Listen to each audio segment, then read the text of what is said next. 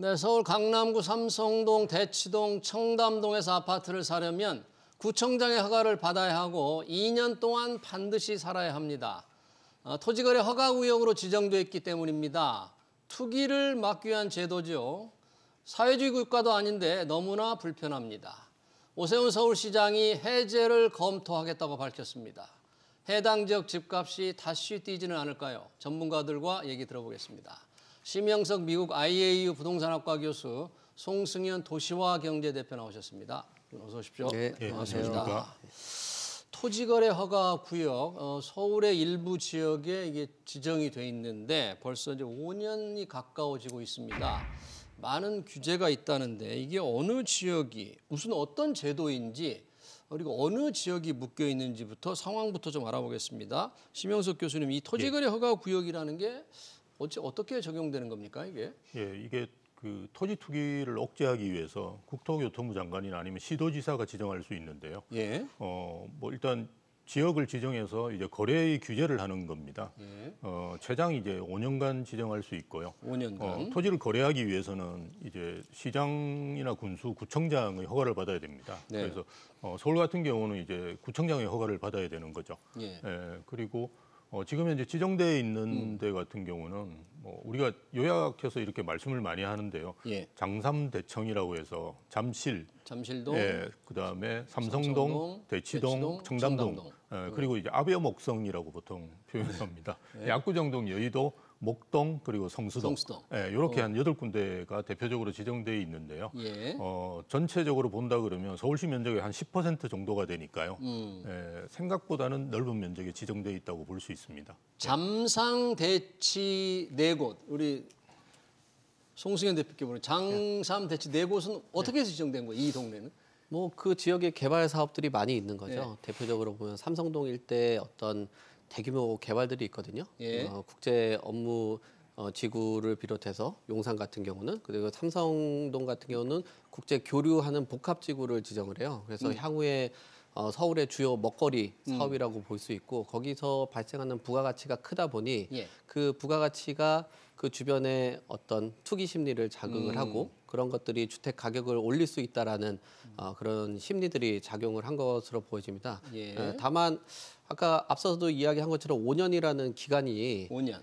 그러니까 이게 영원히 투기 그 지역이 아니라 어떤 캡이 씌워져 있잖아요. 5년을 넘어서면은 언젠간 다시 풀린다라는 것들 때문에 토지거래 허가구역이 과연 주택 가격을 좀 안정화시킬 수 있냐라는 의구심도 많이 갖고 있고요. 이게 지금 기한이 다가왔습니까? 언제까지입니까? 뭐 이제 앞으로는 한 3년? 아니, 한 3년 정도 지났으니까 한 2번 정도 더 남은 걸로 제가 알고 있거든요. 그러니까 그 기간들을 고려를 해봤을 때는 한 1, 2년 정도 얼마 안 남은 상황에서 차라리 끌고 가면 끌고 갈 것이지, 또 이 한 1, 2년 정도 남은 그런 기간 동안 갑작스럽게 이런 해제에 대해서 검토를 한다라는 거에 대해서 많은 사람들이 의구심을 갖는 거죠. 왜냐하면은 주택 가격이 지금보다 지금 안정화라고 한 그 기간보다도 예. 더 가격이 급락했었던 그 시기 때도 토지거래 허가구역은 풀지를 않았었거든요. 예. 근데 지금 보합 전환을 한 정도의 수준을 가지고 주택 가격이 좀 안정화가 되고 있다라는 그런 뭐 의심이나 뭐 문제 제기들이 하다 보니까 토지거래 허가구역이 과연 이게 정치적인 이슈가 되고 또 자율성을 상당 부분 침해하면서 선거철이 또 다가오니까 또 이런 거 아니냐라는 뭐 생각들을 많이들 하고 그래요? 있습니다. 네.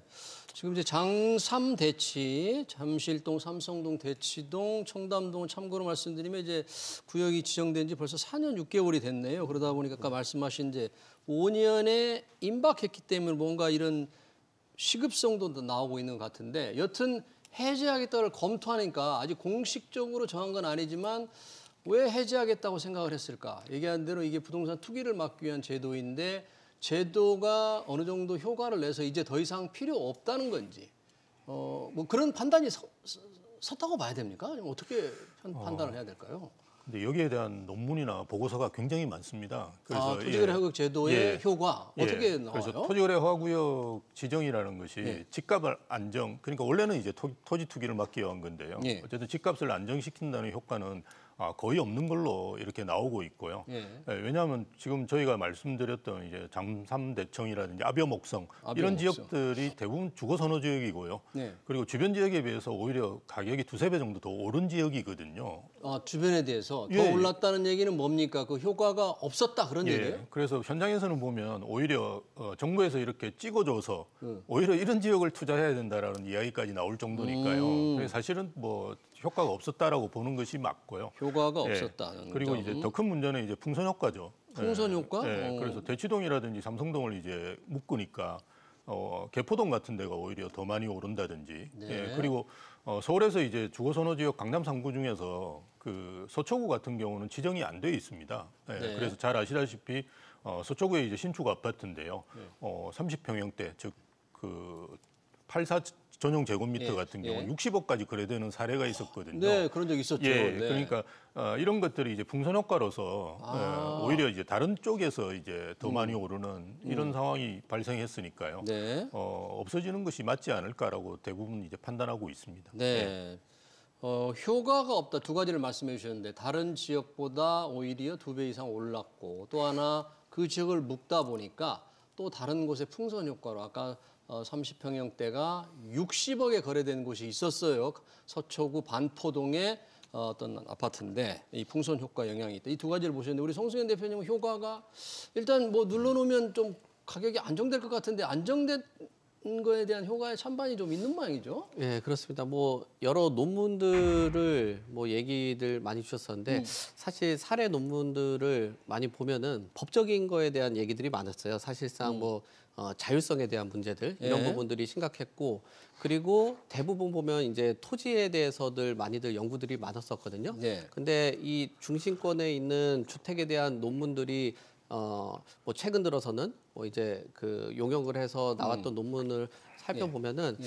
초반에는 가격에 대한 억제력이 조금 덜하다가 시간이 지나면 억제한다라는 논문들이 나왔었는데 사실상 그거는 좀 지역적으로 좀 다르게 나오더라고요. 저도 사실 이 토지거래 허가구역에 관련돼서 뭐 논문 관련돼서 연구를 하는 입장으로 보면은 지역별로 상당 부분 달랐고 토지거래 허가구역 중에서도 가격이 좀 많이 튀는 지역들 보면은 한강하고 인접한 지역일수록 그 가격에 뭐 상승폭이 많이 나왔습니다. 그 예. 이유를 주요 내용들을 보게 된다라면 아무래도 그 투자가 아니라 실거주 중심으로 하다 보니까 물량이 줄게 되고 적어진 물량들이 오히려 주택의 가격에 또 희소성을 키워서 가격을 키우는 그런 문제점들이 나오고 있고요. 예. 이것만의 문제가 아니라 실거주 중심으로 이 토지거래 허가구역을 운영을 하다 보니까 그 지역에 실거주를 한다라는 건 그 지역의 전세 물량을 줄여버릴 수밖에 없거든요. 네. 근데 저 해당되는 지역들이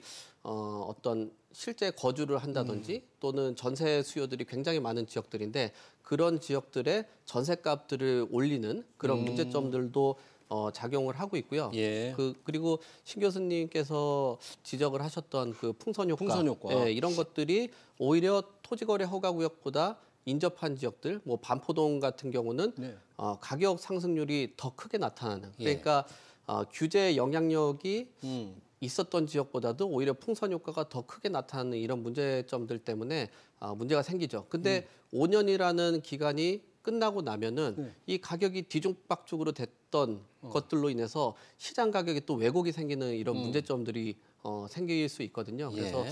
이 토지거래 허가구역 같은 경우는 뭐 미국이나 영국 같은 경우는 뭐 웬만하면 하지 않고요. 뭐 미국 같은 경우도 사실 뭐 국가 안보 시설이나 뭐 이런 것들이 있는 것들에 대해서 토지 거래하는 거에 대해서 예. 좀 제약을 하고 뭐 독일 같은 경우도 농업이라든지 한쪽에서 너무 많이 사용을 한다든지 뭐 이런 형태에 있는 데들만 그렇게 규제를 하는 거지 뭐 주택을 가지고 이렇게 자율성을 너무 침해하는 그 네. 제도는 우리나라가 좀 행정적으로 좀 과도한 측면이 있다라고 보여집니다. 행정적으로 과다가 전 토지거래 허가구역 하니까 아마 우리 들으시는 시청자들도 땅을 함부로 사지 못하게 하나 보다 이렇게 생각이 될 수가 있는데 요게 아파트 매매 이 지역에 지금 아파트를 실수요자 아니면 못 사게 하는 지금 규제이잖아요. 예, 맞습니다. 실제 그 지역 주민들이 느끼는 불편 같은 게 굉장히 컸을까요?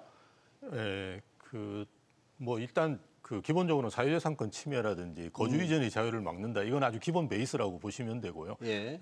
제가 이제 좀 지적할 수 있는 부분은 이미 그 규제가 있는데 지역에 대한 규제가 있습니다. 우리가 투기과열지구라든지 조정대상 지역이라는 예. 게 이미 있는데요. 여기다가 토지거래허가구역이라는 중복 규제나 이중 규제를 이제 가한 거거든요. 그래서 이게 굉장히 헷갈립니다. 그래서 예, 이런 부분도 문제고요. 아까 말씀하셨던 이제 토지거래허가구역인데 이게 주택거래허가제로 이제 변질돼서 시행된 거거든요. 네, 그래서 외국에도 뭐 이런 사례가 있긴 한데요. 네. 뭐 앞에서 말씀 나왔듯이 뭐 국가안보시설이라든지 아니면 대규모 개발, 저희도 이제 뭐 제주도에 이제 공항을 만든다 이러면 그거는 이제 필요한 부분이 있죠. 근데 예. 이게 그 주거를 그 하기 위해서 원래 이제 주거시설 같은 경우는 60제곱미터가 그 규제 대상이었습니다. 예. 근데 그걸 6제곱미터로 떨어뜨려 가지고 대부분의 그 아파트가 대지 지분이 6제곱미터는 넘거든요. 그렇죠. 그래서 적용하게 만든다든지 그리고 2023년 11월 달에는 원래 이게 상업용에도 적용이 됩니다. 그래서 상업용도 적용이 되는데 2023년 11월 달에 상업용이라든지 아니면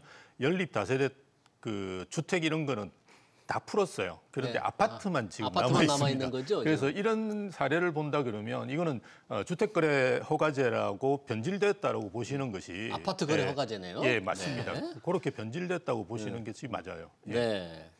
그러나 이 제도를 도입할 때는 개발로 인해서 투기성 수요가, 투기성 매매가 극성할까봐 이제 걱정해서 뭔가 가격 급등을 막기 위해서 만들어졌는데 혹시 이제 이제 곧 뭐 5년이 다 됐다고 해서 만약에 푼다, 오세훈 서울시장이 검토하겠다고 해서 실제 실행이 된다면 투기적인 수요가 좀 일어날 수 있지 않을까 하는 우려도 있던 그런 우려는 그렇게 큰 걱정 안 해도 될 것 같아요. 어떻게 뭐 보세요? 투기적인 우려들은 아무래도 그 지역에 그 개발을 하고 호재가 있다라고 하고 앞서도 말씀드린 것처럼 부가가치가 형성이 되어 있는 곳이라면 당연히 그런 자본들이 들어올 수밖에 없는 거죠. 근데 그거를 무조건 계속 투기로만 볼 것이냐라는 거에 대해서 고민을 해봐야 되는 거거든요. 예. 토지거래 허가구역 같은 경우가 주변의 개발도 있겠지만 그 자체적으로 재개발이라든지 재건축이 이루어지는 곳들에서 규제를 가하는데 이게 문제가 뭐냐면 우리 국내 이제 재개발 재건축의 그 필요성이 있잖아요. 주택 예. 공급을 해야 된다라는 것들. 네.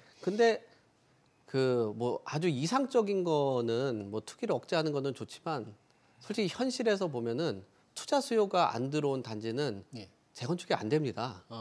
이루어지지 않은 예, 현실적으로. 현실적으로는 그렇습니다. 그래서 투자를 하고 추가 분담금을 낼 수 있고 그런 여력들이 있는 사람들이 일정 부분 들어와서 개발할 때 납부도 하고 해야 되는 거지. 거기에 오랫동안 장기적으로 거주를 하신 분들에 대한 뭐 주거 안정성이나 이런 것들은 필요하지만 이제는 뭐 현실을 좀 고려를 해봐야 된다. 그래서 그런 뭐 투기라는 프레임을 가지고 투자 수요를 너무 억제하는 거는 주택 공급에 문제를 줄 수밖에 없다라고 보여지고요. 예. 그리고 국내의 정책이라는 거는 가격이 오르면은 가격을 좀 낮추려고 억제를 하고 또 가격이 떨어지면 부양하려고 하는데 네. 이게 공교롭게도 가격이 오를 때 재건축이나 재개발 사업을 하려고 하거든요. 그렇죠. 네. 근데 그때는 또 눌러버리니까 사업이 진행이 안 되고 가격이 떨어질 때는 사업성이 결여가 돼서 또안 사업이 안 되는데 부양을 아무리 하려고 해도 안 된단 말이에요. 예. 그러니까 어떤 그 사업의 서울의 주택 공급 그리고 이 주택 가격의 안정을 위해서라면은 투기적인 그 프레임을 좀 더 넓게 보고 그런 부분 안에서도 어떤 서울을 개발하고 주택 공급을 할 때는 투자적인 수요들도 일정 부분 들어와야 된다. 다만 이제 개발을 하는 과정이나 그 토지거래 허가 구역 안에 뭐 거래를 하는 데 있어서는 뭐 신고제를 조금 더 강화를 한다든지 예. 또는 뭐 분양가 상한제라든지 이런 부분들을 일정 부분 좀 보완을 한다든지 이런 형태로 가줘야 되는 거지. 그걸 투기를 억제를 한다라면 앞서도 말씀드린 것처럼 시장이 좋아질 때 눌러버리고 떨어질 때 부양하고 하면은 절대 주택 공급이 나오기가 힘듭니다. 예. 그러면 이제 오세훈 시장이 검토한다고 했는데 이 오세훈 시장의 결정으로 이게 해제가 되는 겁니까? 앞으로 절차는 어떤 절차를 밟게 돼요? 이게 개인도 해제를 건의할 수 있는데요. 예. 네, 근데 뭐 개인이라든지 이런 데서 건의하는 거는 뭐 거의 불가능할 거라고 보고요. 예. 근데 그 시도지사가 이제 할 수 있죠. 할 수 있습니다. 굉장히 이제 시도지사가 이제 마음을 먹고 추진을 하면 굉장히 쉽게 할 수 있고요.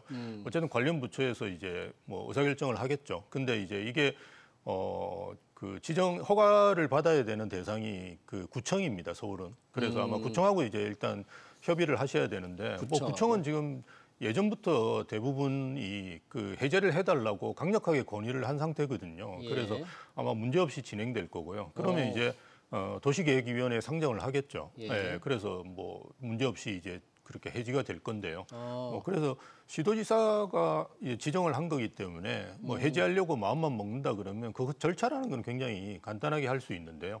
근데 어쨌든 이게 5년 기한인데 예. 제가 판단할 때는 2025년 6월이 그 앞에서 말씀드렸던 잠삼대청을 지정한 만료 기간입니다. 장삼대청은 6월이고요. 예, 그리고 이제 그 아비어목성이라는 아비어목성. 거는 2021년 4월달에 지정한 걸로 제가 기억하는데요. 그렇다 그러면 이제 내년 4월이 이제 만료 2026년 기간이니까요. 4월이고. 예, 그래서 이제 어떤 걸 이제 그 할지 이런 거는 이제 좀 그 다 할지 아니면 어디까지 할지 또는 재지정을 해야 되는 건데요. 이게 사실은 그 시도지사가 재지정을 할 수는 없고요. 예. 5년 기한으로 끝납니다. 그래서 재지정을 한다 그러면 국토교통부에서 재지정을 해야 돼요. 5년이 지나고 나면 예. 국토교통부가 재지정 권한이 있는데 국토교통부는 이 토지거래가구역 제도를 유지하는데 어느 쪽 생각이에요? 혹시? 제가 알고 있기로는 유지하는 걸 원하지 않는 걸로 알고 원하지 있습니다. 않는다? 그래서 아마 거의 그 해제는 될 건데요. 그런 그 뭐 다 해제할지 뭐 이런 그러니까 2021년도 또 4월이 있지 않습니까? 그러니까요. 그래서 어느 정도까지 해제할지 이런 것들은 아마 논의를 통해서 예. 결정되지 않을까 그렇게 봅니다. 이게 상당히 궁금하네요. 그러니까 장삼 대치는 올해 6월까지 기한이고요. 아비어 목성은 내년 4월. 예, 내년 4월이다. 4월입니다. 예. 그러면 해제한다는 원칙을 가지고 대상을 선택할 때 기한이 되는 대로 해제한다. 뭐 이렇게 결정을 내린다면 장삼 대치부터 가능할 것 같은데 혹시 어떤 전망들의 얘기들이 나올 수 있어요? 순서라든지 그렇죠. 대상 그렇게 지역이? 아무래도 먼저 지정한 곳 중심으로 해서 네. 기간을 보고 할 것으로 보여지고요. 이 토지거래 허가구역이 사실상 앞서서도 말씀드린 것처럼 주택 가격의 동향도 동향이지만 네. 정량적인 것보다는 정성적인 부분들을 많이 평가를 한다라는 의견들을 드릴 수 있을 것 같아요. 정성적인 부분. 예, 그래서 이제 전문가들에 대한 그 의견들 또 검토를 하고요. 또 주민들에 대한 그 의견 수렴들 뭐 이런 부분들을 통해서 해제 지역이나 범위 뭐 이런 것들을 이제 지정을 하지 않을까라고 보여지는데요. 예. 기간이 만료된 곳 같은 경우는 전반적으로는 제 의견으로는 해제할 것으로 보여지고요. 남은 곳들 같은 경우는 범위나 지역들을 좀 더 축소하지 않을까 그렇게 보는데요. 범위나 지역을 축소한다. 네, 그렇습니다. 네, 예. 제가 아까도 말씀드린 것처럼 예. 오히려 토지거래 허가 구역 안에서도 뭐 그 강남권에 있는 압구정동이나 이런 지역하고 또 말씀하셨던 그 여의도라든지 성수동이라든지 목동 뭐 이 지역들이 있잖아요. 목동 같은 경우는 또 가격의 억제력들이 일정 부분 있었거든요. 그러면은 그 지역 안에서 조금 더 가격의 그 등락이 상승폭이 좀 더 강했던 지역들 뭐 이런 지역들은 아무래도 뭐 토지거래 허가구역 남은 기간 동안 유지를 하되 조금 영향력이 좀 덜했던 지역들 뭐 이런 부분들은 좀 풀 가능성도 있다라고 보여지고요. 앞서도 말씀드린 것처럼 이게 서울시에서 이제 국토부하고 의견을 나누는데 지금 국토부 그러니까 정부 측하고 서울시 지자체하고 정책이 좀 대치되는 면들이 있어요. 그래요? 어떤 것들이 뭐 주택 공급을 좀 활성화해야 되고 네. 시장에 좀 더 자율성을 높이고 사업을 좀 더 원활하게 할 수 있는 방향인데 이 토지거래 허가구역 같은 경우는 자율성도 일정 부분 억제를 하고 주요 사업지에서 주택 공급을 하는 데 있어서는 예. 조금 대치적인 부분들이 있기 때문에 네. 이런 그 방향성하고 좀 일치하기 위해서는 아무래도 그 서울시의 그 의견 뭐 또 서울시장의 의견이 조금 더 정부 쪽의 그 방향성 그다음에 시장 경제 중심으로 좀 흘러갈 가능성들이 있다. 그래서 정리 드리면은 그 앞서서 있는 압구정동을 비롯한 대치동 일대는 기간 만료로 인해서 일정 부분 규제 그 구역이 해제가 해제가 될 되고 것 같고. 남은 지역들은 지역을 조금 더 축소할 가능성도 있다라고 보여집니다. 지금 저희가 장삼 대치를 얘기하고 아비어 목성을 얘기했는데 뭐 신속 통합기획 부지 그런 것들이 있잖아요. 그런데도 일부 지금 토지거래허가구역으로 묶여 있는 곳이 있다면서요. 예, 맞습니다. 그런데도 다 5년식으로 지금 다 돼 있습니까? 예, 일단 그 지정을 하면 5년까지가 일단 5년. 최장입니다. 네, 5년까지가 최장이고요. 사실은 그 내년도에 이제 2021년 4월에 지정했으니까요. 예. 아베 목성 같은 경우 내년 4월이긴 하지만 올해 4월에 해제할 수도 있습니다. 왜냐하면 이게 4월에? 연장하느냐 안 하느냐는 1년 단위로 결정을 합니다. 그렇게요? 그래서 사실은 먼저 해제할 수도 있고 나중에 해제할 수도 있기 때문에 그거를 이제 서울시가 국토교통부하고 좀 협의는 하시겠죠. 왜냐하면 그래서 아비어 어떻게- 목성 주민들도 그렇다면 예. 기왕 제도 효용성이 없는데 우리도 해제해달라고 빨리 해제해달라고 요구할 수 있잖아요. 지금 뭐 아베 목성이 있는 그 뭐 강남구뿐만에 영등포구라든지 이런 데도 다 그냥 일단 해제해달라는 것이 기본적인 구청장이라든지 지역 주민들의 생각입니다. 방침을 그렇게 세웠으면 왜 1년 예, 이상 예. 더 연장할 거 뭐 있느냐 빨리 해달라 그럴 수 연장을 있잖아요. 할 이유는 없고요. 그냥 해지를 하면 됩니다. 그러니까 재지정을 안 하면 되는데요. 네. 근데 뭐 이제 그 서울시에서 이제 판단을 하시겠죠. 예. 그렇군요. 근데 서울시- 이 신속 통합의 문제가 뭐냐면은 단순히 아파트 시장만 억제하는 게 아니라 이제 비아파트 시장을 억제하는 것도 있거든요. 그러니까 여기에 이제 토지거래 허가구역으로 지정이 되면 거래를 그 실거주 중심의 거래만 일어나게 되잖아요. 예. 그래서 최근에 이제 저도 뭐 실무적으로 뭐 여러분들 만나다 보면 그 토지거래 허가구역으로 지정이 되는 그 신속통합 지역 같은 경우는 주택을 매입을 해서 새롭게 신규 공급, 소규모 개발을 하시는 분들 같은 경우는 주택 공급을 못하게 돼버린다는 거예요. 그래서 이게 단순히 아파트 시장만의 공급의 문제가 아니라 비아파트 시장의 요즘에 공급 문제,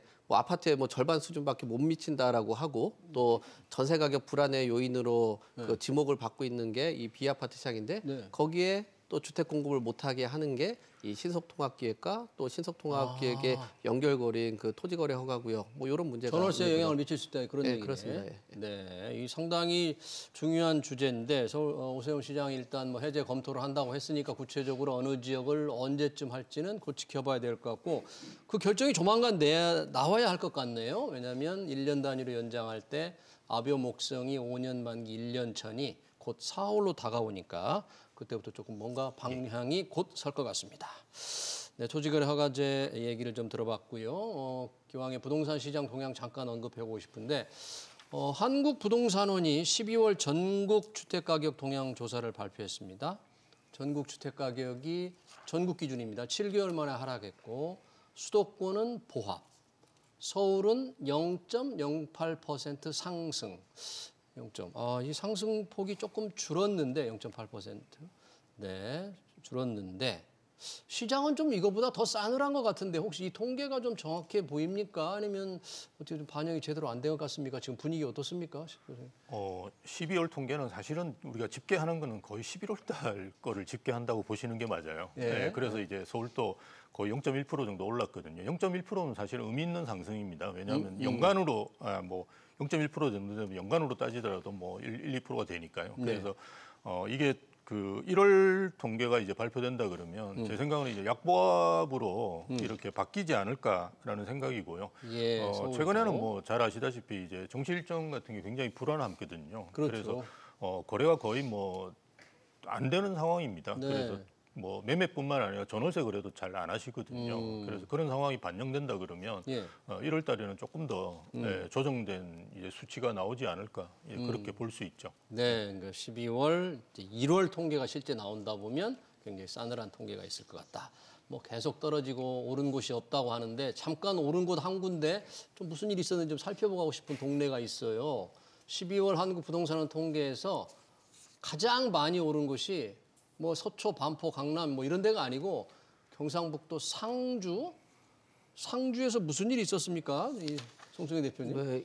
이 기간 상승률을 보니까 통계 상승률 대비했을 때 한 10% 정도가 올랐다라고 합니다. 요즘에 주택 가격이 굉장히 얼어붙어 있는데 10% 상승이라는 거는 굉장히 큰 수치라고 볼 수 있는데 그 안에는 일정 부분 뭐 기저 효과들도 있다라고도 봐야 될 것 같아요. 다른 지역들이 과거에 집값이 오르는 데 비해서 이 지역은 뭐 집값에 대한 그 상승률이 좀 낮았다라고 볼 수 있고요. 그 외적으로도 보면은 그래도 뭐 상주시에서 뭐 여러 가지 일자리라든지 어떤 도로 교통 뭐 이런 것들을 개선을 하면서 접근성이 개선된다라고는 볼 수 있을 것 같아요. 다만 좀 주의를 해볼 필요가 있는 게 상주시라는 곳에 제가 인구수를 보니까 한 9만 약 한 10만 명이 좀 안 되는 그 인구수, 그러니까 자체 수요가 한정적이라는 걸 볼 수 있고요. 아파트 값도 보니까 뭐 10년 이내에 있는 아파트가 뭐 한 3억 선 정도에서 뭐 4억 초반 정도 선이니까 뭐 20억 정도 하는 아파트의 1%하고 3, 4억 정도의 수준의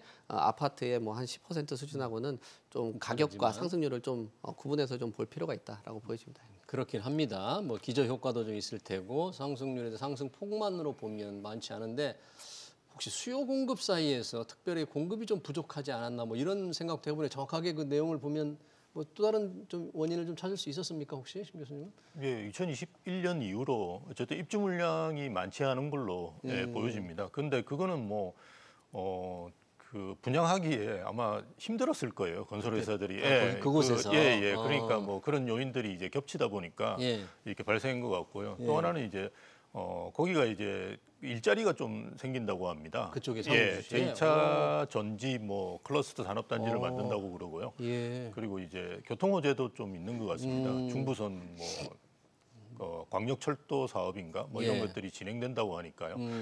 물론 이제 그런 것들은 다 미래의 호재입니다. 근데 아시다시피 이제 미래의 호재가 이제 현장에서는 이제 반영이 되거든요. 네. 예, 그래서 이제 가격이 좀 오른 것이 아닌가 그런 측면도 있습니다. 네, 뭐 예. 기저 효과도 있지만 역시 뭐 그곳에 먹거리가 좀 많아야 사람이 모이게 되고 그러면 당연히 경제가 좀 좋아지면서 집값이 오른다니까 하도 집값이 떨어지는 상황에서 유독 오른 이유 그래서 한번 살펴봤고요. 또 일부 오르는 것도 있다고 그래요. 서울도 지금 전체적으로 서울도 이제 집값 상승률이 보합으로 들어섰고 1월에는 분위기가 차가워져서 떨어진다고 하는데 강남 분당, 여의도 일부 단지에서 여전히 새해 들어서 신고가가 매매가 이루어지고 있다. 일부 지역은 뭐 특별한가? 왜 계속 뜨거운 현상 이 지역만? 실제 어느 정도입니까? 그런 게 좀 언론에 좀 과장된 뉴스다 이렇게 좀 걱정도 되는데 실제 안 그렇습니까? 뭐 지금 강남, 분당, 여의도라고 하면은 딱 키워드가 재건축이라는 키워드거든요. 재건축. 예, 재건축이라는 곳에서 아무래도 주택 공급의 희소성을 바탕으로 한 주택 가격 상승 효과라고 볼 수 있을 것 같은데요. 지금 나와 있는 것처럼 뭐 압구정동이라든지 개포, 그다음에 네. 뭐 서현동에 있는 시범 현대 이런 곳들에서 재건축이 시장을 견인하는 거, 그리고 추가 분담금 때문에 어떤 일정 부분 가격을 조금 더 뭐 향후에 뭐 분담금에 대한 그 대응을 위해서 좀 호가를 좀 더 올린다든지 이런 것도 매도자들이 일정 부분 그 시장에서 관찰을 하고 또 매도 호가를 올리는 뭐 이런 형상들로 인해서 신고가들이 나오고 있다라고 봐야 될 것 같습니다. 올해 집값 전망 좀 짧게 우리 심 교수님께 듣고 싶네요. 전반적으로 어떻게 보세요? 1년 정도?